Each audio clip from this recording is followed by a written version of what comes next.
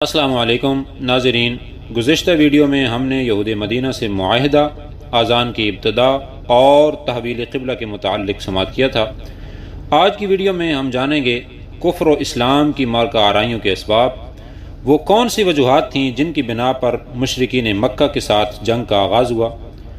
Video کو شروع کرنے سے پہلے آپ سے گزارش ہے کہ اگر آپ اس چینل پر نئے ہیں تو چینل کو سبسکرائب کر لیں تاکہ ہماری آنے والی ہر ویڈیو آپ تک پہنچ سکے۔ حضرت رسول اکرم صلی اللہ علیہ وآلہ وسلم اور آپ کے مہاجر اور انصار متبعین کو یقین کامل تھا کہ قریش مکہ انہیں مدینہ میں بھی چین کی نیند نہیں سونے دیں گے، اس لیے سرور کائنات صلی اللہ علیہ وآلہ وسلم عام طور پر راتوں میں جاگتے رہتے اور جب استراحت فرمانا چاہتے تو کسی صحابی کو پہرے کی خدمت پر مامور فرما دیا کرتے تھے۔ اسی خطرے کے پیش نظر آپ صلی اللہ علیہ وآلہ وسلم نے مدینہ کے انصار سے اس بات پر بیعت لے رکھی تھی کہ اگر قریش نے مہاجرین سے لڑنے کی خاطر مدینہ پر چڑھائی کی تو وہ لڑائی میں مہاجرین کا ساتھ دیں گے۔ اسی خطرے کے باعث آپ صلی اللہ علیہ وآلہ وسلم نے ہجرت کے سال اول میں مدینہ کے یہودیوں سے باقاعدہ معاہدہ طے کیا، جس کا ذکر گزشتہ ویڈیوز میں کیا جا چکا ہے۔ ادھر مکہ کے قریش مسلمانوں کو ایک جائے امن مل جانے کے باعث انگاروں پر لوٹ رہے تھے اور یہ سوچتے رہتے تھے کہ مدینہ سے مسلمانوں کے استحصال کی کیا صورت اختیار کی جائے۔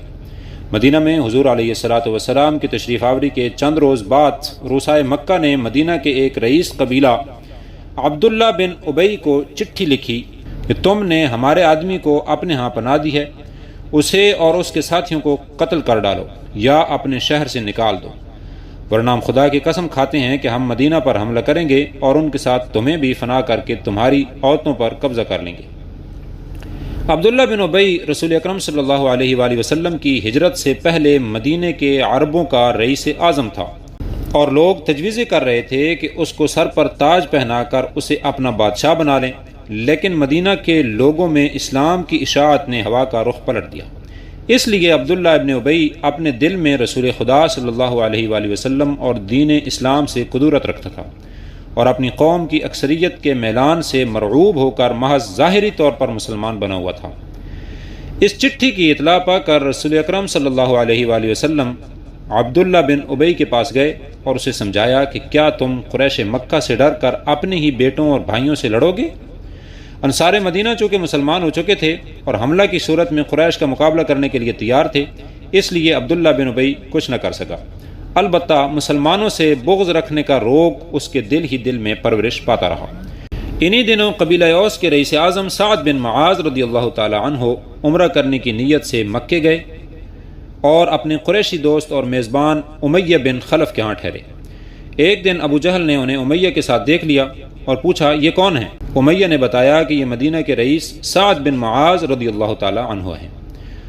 ابو جہل بولا کہ اگر تم امیہ کے ساتھ نہ ہوتے تو میں تمہیں قتل کر دیتا، کیونکہ تم نے ہمارے مرتدوں کو اپنے ہاں پناہ دے رکھی ہے۔ میں نہیں دیکھ سکتا کہ تم کعبہ کی زیارت کے لیے آؤ۔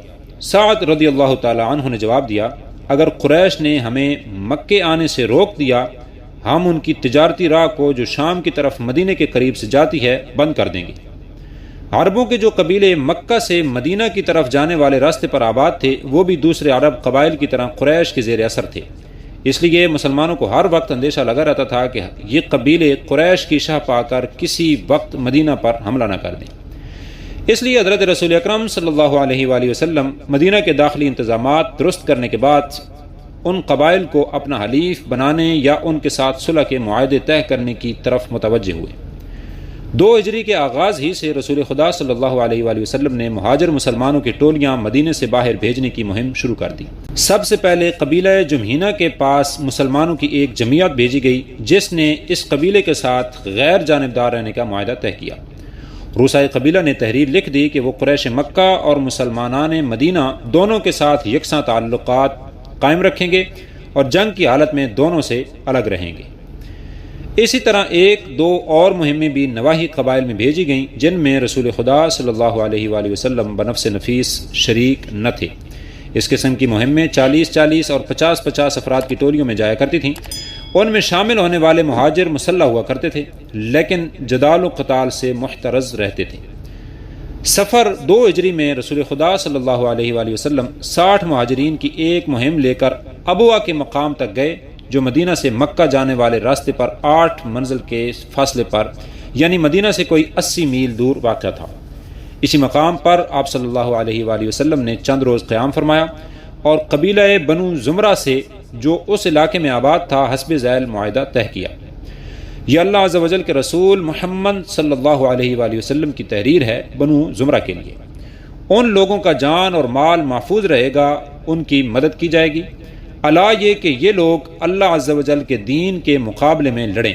پیغمبر صلی اللہ علیہ وآلہ وسلم جب ان کو مدد کے لیے بلائیں گے تو انہیں مدد کو آنا ہوگا۔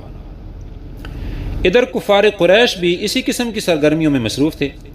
ربیع الاول 2 ہجری میں مکہ کے ایک رئیس قرظ بن جابر فہری نے کفار کی ایک جمعیت لے کر مدینہ کی چراگاہ پر حملہ کیا اور رسول اکرم صلی اللہ علیہ وآلہ وسلم کے مویشی لوٹ لیے۔ مسلمانوں نے اس جمعیت کا تعاقب کیا لیکن وہ بچ کر نکل گئے۔ اس واقعے کے 3 ماہ بعد جمادی الثانی میں رسول اکرم صلی اللہ علیہ وآلہ وسلم 200 مہاجرین کی جمعیت لے کر مدینہ سے 9 منزل کے فاصلے پر ذوال عشرہ کے مقام تک گئے اور بنو مدلج سے جو بنو زمرہ کے حلیف تھے انہی شرطوں پر معاہدہ طے کیا جو بنو زمرہ کے ساتھ کی گئی تھی۔ رجب 2 ہجری میں رسول اکرم صلی اللہ علیہ وآلہ وسلم نے عبداللہ بن جہش رضی اللہ تعالی عنہ کی سرکردگی میں 12 آدمیوں کی ایک ٹولی نخلہ کی طرف بھیجی۔ بطن نخلہ مکہ اور طائف کے درمیان مکہ سے شبانہ روز کی مسافت پر واقع ہے۔ عبداللہ بن جہش رضی اللہ تعالی عنہ کو اس مطلب کا تحریری حکم دیا گیا تھا کہ بطن نخلہ میں ٹھہر کر قریش کے حالات کا پتہ لگاؤ اور اطلاع دو، لیکن سکاؤٹس کی یہ ٹولی قریش کی ایک جماعت کے ساتھ جو شام سے تجارت کا مال لے کر جا رہی تھی بھڑ گئی۔ عبداللہ بن جہش رضی اللہ تعالی عنہ نے ان پر حملہ کر دیا۔ ان میں ایک آدمی عمرو بن الخضرمی مارا گیا، 2 گرفتار کر لیے گئے۔ عبداللہ رضی اللہ تعالی عنہ اس جماعت کے سامان کو مال غنیمت سمجھ کر مدینہ لے آئے۔ رسول اکرم صلی اللہ علیہ وآلہ وسلم نے مال غنیمت کو ہاتھ تک نہ لگایا اور عبداللہ رضی اللہ تعالی عنہ سے کہا کہ میں نے تمہیں لڑنے کی اجازت نہ دی تھی۔ صحابہ کرام رضی اللہ تعالی عنہ حضرت عبداللہ پر سخت برہم ہوئے۔ کفر اور اسلام، ظلمت اور نور، باطل اور حق تو اسی دن سے آپس میں برسر بیکار ہیں جس دن خدائے وحدہ لا شریک نے اپنی جانی بوجھی مصلحتوں کے پیش نظر انہیں پیدا کیا تھا۔ مشرکین مکہ اور مسلمانوں کے درمیان جنگ کی حالت اسی دن سے چلی آ رہی تھی جب رسول اکرم صلی اللہ علیہ وآلہ وسلم نے پیغمبری کا منصب پا کر ان کی ہدایت کے لیے آواز بلند کی تھی۔ بت پرستوں نے ایک دوسرے کے مذہبی عقائد سے تعرض نہ کرنے کی وہ پیشکش بھی ٹھکرا دی تھی جو رسول اللہ صلی اللہ علیہ وآلہ وسلم نے خدا کے حکم سے ان کے سامنے پیش کی۔ بت پرست مسلمانوں کو اپنے طریق سے اللہ عز و جل کی عبادت کرنے، قرآن پڑھنے اور اپنے دین کی تبلیغ کرنے کا حق نہیں دیتے تھے۔ مشرکوں اور مسلمانوں کے درمیان بنائے نزاع یہی تھی جو شروع ہی سے چلی آ رہی تھی۔ مسلمانوں کو اس فطری حق سے محروم رکھنے کے لیے کفار مکہ نے ان پر جیسے جیسے جبر کیے اور ستم ڈھائے ان کی داستانیں گزشتہ ویڈیوز میں بیان کی جا چکی ہیں۔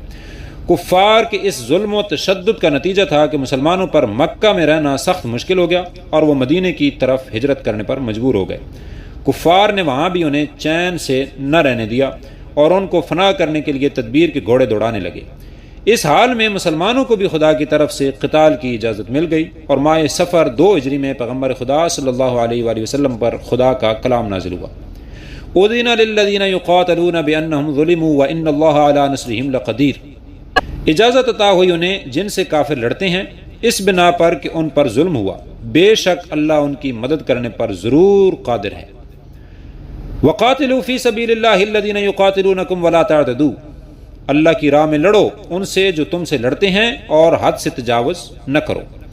خدا کی طرف سے یہ اجازت اور یہ حکم پا کر رسول اکرم صلی اللہ علیہ وآلہ وسلم نے وہ تمام دفاعی سرگرمیاں شروع کر دیں جن کا ذکر سطور بالا میں کیا جا چکا ہے۔ انہی سرگرمیوں کے سلسلے میں عبداللہ بن جہش رضی اللہ تعالی عنہ کے ہاتھوں مکہ کا ایک شخص عمرو بن الخضرمی لڑائی میں مارا گیا۔ ابن خضرمی قریش کے مقتدر گھرانے کا آدمی تھا۔ 2 اور آدمی عثمان اور نوفل بھی جو عبداللہ بن جہش رضی اللہ تعالی عنہ کی ٹولی کے ہاتھ گرفتار ہو گئے تھے قریش کے معزز خاندانوں کے افراد تھے۔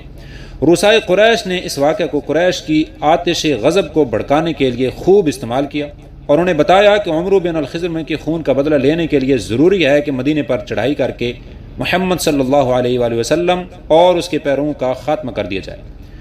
رؤسائے قریش اس واقعے سے پہلے ہی مدینہ پر چڑھائی کرنے کی تدبیریں سوچ رہے تھے۔ چنانچہ اس واقعہ سے چند ماہ پہلے ان کا جو تجارتی قافلہ مکہ کے رئیس اعظم ابو سفیان کی سرکردگی میں شام کو گیا تھا، وہ اہل مکہ کی ساری تجارتی ثروت کو لے کر گیا تھا تاکہ اس سفر میں زیادہ سے زیادہ نفع کمایا جائے اور اس نفع سے اس مہم کے مصارف نکالے جائیں جس کی وہ اندر ہی اندر تیاریاں کر رہے تھے۔ ابن خضرمی کے قتل نے انہیں عامت القریش کو اشتعال دلانے کی ایک دوسری وجہ مہیا کر دی۔ بعض مورخ لکھتے ہیں کہ قریش نے معاذ ابن خضرمی کے خون کا بدلہ لینے کے لیے مسلمانوں پر چڑھائی کی، لیکن ان کا یہ خیال صحیح نہیں، کیونکہ اہل مکہ اور مدینہ اس واقعہ سے چند ماہ بیشتر ہی سے اپنی اپنی جنگی تدابیر کو مارز عمل میں لا رہے تھے، اور قریش کی ایک ایسی ہی ہر اول پارٹی 4 ماہ پہلے قرظ بن جابر فہری کی سرکردگی میں مدینہ کی چراگاہ پر چھاپہ مار چکی تھی۔ یہ اتفاق کی بات ہے کہ فریقین کی ابتدائی نقل و حرکت کے دوران پہلا خون جو زمین پر گرا وہ قریش مکہ کے ایک آدمی کا تھا۔ روسائے قریش نے اپنی جنگی مہم کو اور بھی طاقتور بنانے کے لیے اہل مکہ میں مشہور کر دیا کہ مسلمان قریش کے اس تجارتی قافلے کو لوٹ لیں گے جو ابو سفیان کی سرکردگی میں شام سے آنے والا ہے۔ جنگ چھڑ جانے کی حالت میں ان کا یہ اندیشہ بے بنیاد بھی نہ تھا۔ متحارب فریق کے تجارتی اور غیر تجارتی قافلوں کو روکنا ایک عام جنگی چال ہے جس پر لڑنے والے فریق ہمیشہ سے عمل کرتے آئے ہیں۔ ناظرین کرام، تاریخ اسلام 1500 سالہ تاریخ ہے اور اس تاریخ کو ایک ہی ویڈیو میں سمیٹنا ناممکن ہے، اس لیے آج کی ویڈیو کا یہاں اختتام کرتے ہیں اور ملتے ہیں بہت جلد اگلی ویڈیو میں۔ اپنا بہت سارا خیال رکھیے۔ اللہ حافظ۔